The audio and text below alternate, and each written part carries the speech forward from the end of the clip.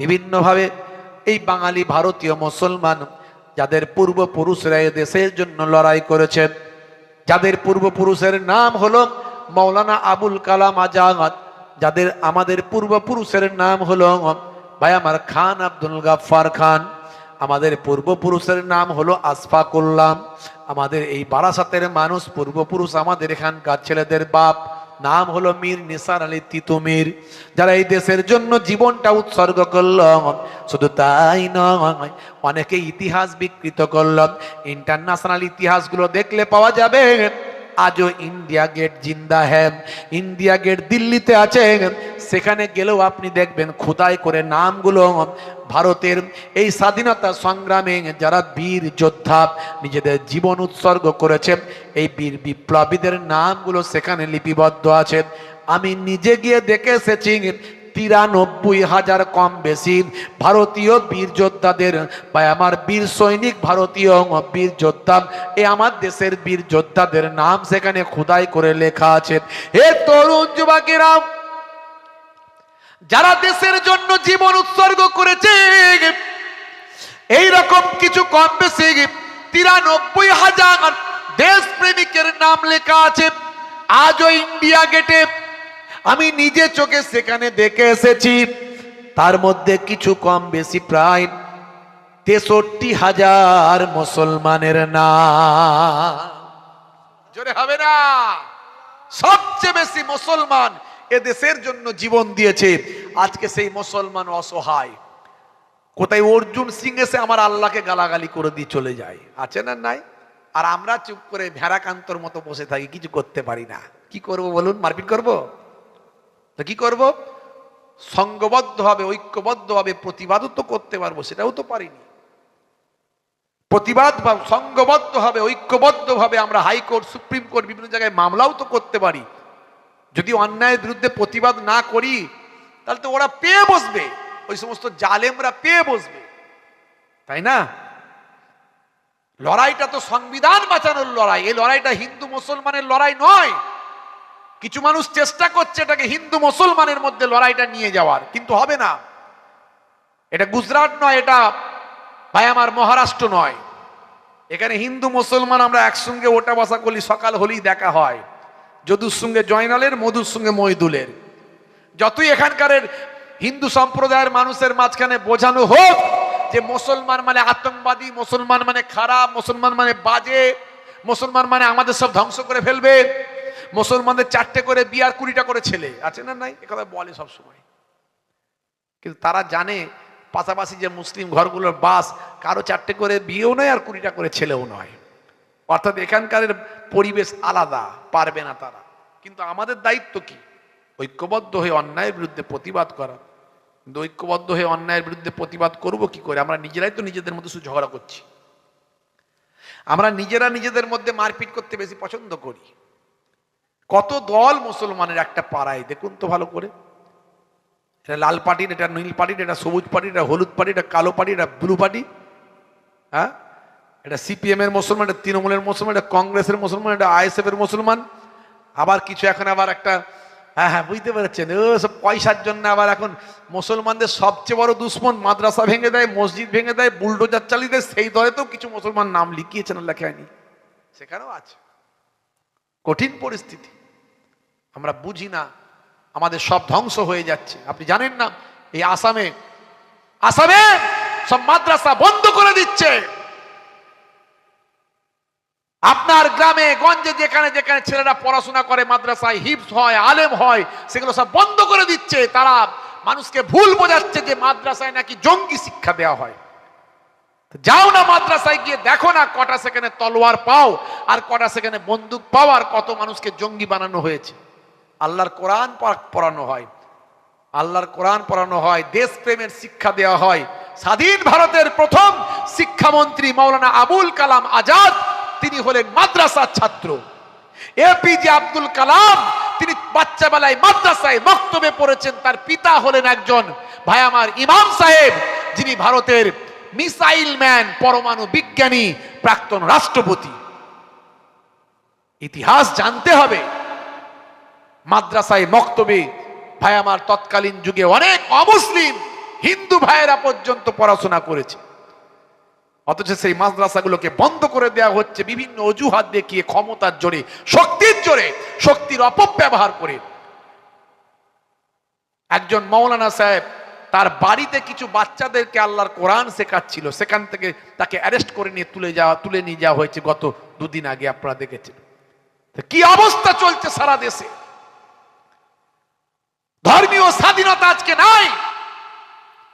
সংবিধান প্রদত্ত যে স্বাধীনতা আমাদের দেওয়া হয়েছে, আমাদের যে আর্টিকেল দেওয়া হয়েছে, ডক্টর বি.আর. আম্বেদকর, সংখ্যালঘুরা নিজেদের ইচ্ছা মতো ধর্মাচরণ করবে, সেখানে আমাদের ইচ্ছা মতো ধর্মাচরণে বাধা দেওয়া হচ্ছে বিভিন্ন অজুহাত দেখিয়ে। মাদ্রাসা বন্ধ করে দেওয়া হচ্ছে, কোরআন বন্ধ করে দেওয়া হচ্ছে। এরপর আমাদেরকে টুপি পরতে দেবে না, দাড়ি রাখতে দেবে না, পাঞ্জাবি পরতে দেবে না। আর মুসলমান আমরা নিজেদের মধ্যে মারপিট করছি পার্টির জন্য। নেতা হবে, বড় নেতা হবে বলে মারপিট করছে। নেতা কেন হবে? করে কামে ভালো করে খাবে, মানুষের মাথায় হাত বুলিয়ে সব কাটমানি খাবে, তোলাবাজি করবে। এই জন্য নেতা হওয়ার জন্য ওকে বিরুদ্ধে গালাগালি করছে, ওর বিরুদ্ধে গালাগালি করছে, শুধু এই সব চলছে। ওরে নেতা পরে হবি, মুসলমান থাকলে তো নেতা হবি। তোদেরকে তো আর মুসলমান ছাড়া অন্যজন ভোট দেবে না রে। তোদেরকে মুসলমান ছাড়া অন্যজন ভোট দেবে? দাঁড়া তো দেখে একটা, যেখানে 70% 80% অমুসলিম হিন্দু ভাইরা বাস করে, সেখানে একটা মুসলিম টিকিট নিয়ে যাদিন দাঁড়াতে দেখবো, কত বড় বাপের বেটা হয়েছিস, ভোটে জেত। আর কত দেখবে মুসলমান পাড়াতে, মুসলমান এলাকায়, যেখানে 70% 80% মুসলিম ভোটার, সেখানে অমুসলিম হিন্দু ভাইরা এসে রমরমিয়ে জিতে বেরিয়ে যাচ্ছে, কোনো অসুবিধা নেই। কারা বেশি সেকুলার, কারা সম্প্রীতি পছন্দ করে? তারপরেও আমি বলবো হিন্দু ভাইরা অসাম্প্রদায়িক প্রচুর মানুষ আছে। হিন্দু ভাইদের সঙ্গে আমাদের কোনো দ্বন্দ্ব নাই, কিন্তু এই বিশেষ দল, বিশেষ ক্ষমতাশালী সাম্প্রদায়িক ব্যক্তি, তারা এই অশান্তিগুলো চেষ্টা করছে। আর আমরা মুসলমান, আমরা বিপদে পড়লে আর এক মুসলমান পাশে দাঁড়াই না। মুসলিম নেতারা মুসলমানের বিপদে কথা বলে না, অথচ তাদের ভোটে জিতে দাঁড়ায়। বড় দুঃখ লাগে ভাইরা আমার, এই কথাগুলো অনেক আবেগ নিয়ে বলছি। এই যে মাত্র কদিন আগে আপনারা দেখেছেন, কদিন আগে মাত্র দিল্লিতে বিস্ফোরণ হয়েছিল, আপনারা জানেন।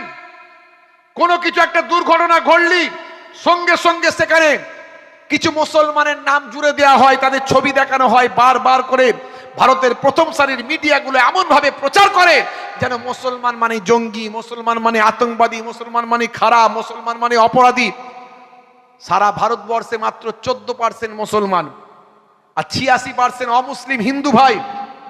এমন ভাবে প্রচার করছে যেন মুসলমানরা হিন্দু ভাইদের জন্য খুব বিপদ, হিন্দু খাতরে মে হ্যায়, হিন্দু খাতরে মে হ্যায় প্রচার করছে।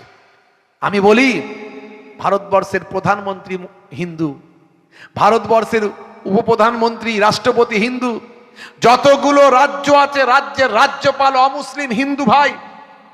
এই কথা বলবেন। যতগুলো ভাই আমার রাজ্যের মুখ্যমন্ত্রী আছে, মুখ্যমন্ত্রীগুলো সব হিন্দু সম্প্রদায়ের মানুষ। যতগুলো জেলা আছে, জেলার ম্যাক্সিমাম সব ভাই আমার জেলা শাসক হিন্দু সম্প্রদায়। তাহলে এত কিছুর পরে হিন্দু খাতরে মে হয় কি করে? কিভাবে মানুষকে বোকা বানানো হচ্ছে? অমুসলিম সাদাসিধে হিন্দু ভাই যাদের সঙ্গে আমাদের এত ভালো সম্পর্ক, তাদেরকে আমাদের বিরুদ্ধে হিংসা তৈরি করার চেষ্টা চালানো হচ্ছে। আর এই হিংসা যখন মারাত্মক আকার ধারণ করে, তখন একটা সমাজে গণহত্যা নেমে আসে। গণহত্যা যেটা মায়ানমারে হয়েছে, যেটা পৃথিবীর আরো কিছু দেশে হচ্ছে। এই সাম্প্রদায়িক দলটা এটা চায় যে এই ভারতবর্ষে, এই পশ্চিমবঙ্গেও গণহত্যা হোক। যদি মানুষ মারপিট করে, গণহত্যা করে মারা যায়, জলসা এরকম হবে? জলসা হবে? ওয়াজ হবে? কিছু হবে? তাহলে আগে আমার জলসা না, আগে শান্তি সম্প্রীতি বজায় রাখবো। কোনটা? আগে শান্তি সম্প্রীতি বজায় রাখতে হবে। সেই জায়গায় আমাদের নেতারা, তারা নেতৃত্ব নিয়ে ব্যস্ত, তারা চেয়ার নিয়ে, গদি নিয়ে, আর আমাদের হুজুররা দাওয়াত নিয়ে ব্যস্ত মোটামুটি, ওর বিরুদ্ধে ওর বিরুদ্ধে। বড় দুঃখ লাগে, লজ্জা লাগে যে এখন আমরা ঐক্যবদ্ধ হতে পারিনি। এখন আমরা সম্মিলিত হবে অন্যায়ের বিরুদ্ধে গণতান্ত্রিক পদ্ধতিতে সংবিধান আমাকে যে পাওয়ার দিয়েছে, সে পাওয়ারকে কাজে লাগাতে পারিনি। বন্ধুরা আমার, এই দিল্লি বিস্ফোরণে মানুষগুলোকে, মুসলিম বড় বড় ডাক্তারগুলোকে সারা বিশ্বের মানুষের কাছে অপরাধী বানানো হলো। তারা সব আতঙ্কবাদী, মুসলমান মানে আতঙ্কবাদী। কয়েকটা দিন মাত্র পার হলো, পার হওয়ার পরে এই দেখুন আনন্দবাজার.com ছোট করে লিখে দিল আনন্দবাজার.com, দিল্লি বিস্ফোরণে যুক্ত নন, ধৃত 3 চিকিৎসককে মুক্তি দিল এনআইএ, ছাড়া পেলেন দিনাজপুরের নিসারও। মানে যে কজনকে ধরেছিল কাউকে প্রমাণ হলো না যে এরা আতঙ্কবাদী, সবাইকে বোঝা গেল এরা হলো ভালো মানুষ, বেকসুর খালাস। কিন্তু যখন খালাস পেল তখন ছোট করে একটা আনন্দবাজার.com লেখা হলো। আর যখন প্রথম গন্ডগোলটা হলো তখন প্রত্যেকটা মিডিয়ায় বড় বড় করে দেখানো হলো। এখন আর বড় বড় করে দেখিয়ে বলা হচ্ছে না যে এরা নির্দোষ। এরকম কত মানুষকে ধ্বংস করে দেয়া হচ্ছে, তাদের ভবিষ্যৎ নষ্ট করা হচ্ছে। কটা প্রমাণ দেব আমি এরকম? 7 বছর জেল খেটে বেকসুর খালাস 4 নিরীহ মুসলিম। 7 বছর জেল খাটার পরে বলছে বেকসুর খালাস, কোনো দোষ নাই। 7টা বছর যে তার কেড়ে নিল, 7টা বছরের কে সুদে আসলে তুমি তার ফিরিয়ে দাও। 7টা বছর ফেরাতে পারবে? এরকম কোন আইন আছে? যারা এই চক্রান্ত করেছে তাদের শাস্তি আর হবে? হবে না। মুসলমান খুব বিপদে আমরা আছি, আর প্রচার করা হচ্ছে হিন্দু খাতরে মে হ্যায়। তবে হিন্দুরাও বিপদে আছে, নাই তা নয়। এই যে 26,000 চাকরি গেল, এর মধ্যে মুসলমানের কটা গেছে? সব তো হিন্দুদেরই চাকরি গেছে। তা লস কার? লস কার? এই যে উত্তরপ্রদেশের 69,000 চাকরি গেছে, এই 69,000 চাকরির মধ্যে কটা মুসলমান? মুসলমান তো 100 জনের 2টো চাকরি করে, তাও করে না, চান্স নাই। হ্যাঁ, তাও নাকি মুসলমান খুব খাতরার মধ্যে রেখেছে বলছে। এটা কারা বলছে? হিন্দু সম্প্রদায়ের মানুষ নয়, ওই ভাই আমার সাম্প্রদায়িক একটা বিশেষ দল, আর তাতে আবার কিছু মানুষকে জড়ো করেছে। তারা একটা বড় অংশ তারা পেয়ে গেছে বর্তমান সময়ে, ভুল বুঝিয়েছে কিছু মানুষকে। ভাইরা আমার, কটা আমি উদাহরণ দেব, কটা উদাহরণ দেব। সুপ্রিম কোর্টের প্রাক্তন বিচারপতি তিনি কারজুজি বলছেন ভারতের মুসলমানদেরকে সন্ত্রাসী সাজানোর চেষ্টা চলছে। সন্ত্রাসী সন্দেহে 23 বছর জেল খাটার পর বেকসুর খালাস পেয়েছিলেন নিসার আহমেদ। 23টা বছর তাকে জেলের মধ্যে রেখে শেষে বলছে তার বিরুদ্ধে কোনো রকম প্রমাণ, অপরাধের প্রমাণ হচ্ছে না। তাহলে এই তো সিচুয়েশন মুসলমান। কটা উদাহরণ আমি আপনাকে দেব। Kerala, 5 Muslim man discharge by NIA court in explosive seizure case after 13 years. এই যে সিজার কেস হলো, 13 বছর পর মুক্তি 5 জন পেল। 13 বছর পর তাদের কোনো কেস, তাদের উপরে মামলা নেই, তাদেরকে ডিসচার্জ করা হলো যে তারা বেকসুর খালাস। তাদের তো এই 13টা বছর নষ্ট হয়ে গেল। 13টা বছরকে ফিরিয়ে দিতে পারবে? তাদের কাজ কারবার, তাদের ব্যবসা বাণিজ্য। আমরা মুসলমান, আমরা সচেতন হতে পারছি না। আমাদেরকে অনেক শিক্ষিত হতে হবে, এডুকেটেড হতে হবে, ঐক্যবদ্ধ হতে হবে।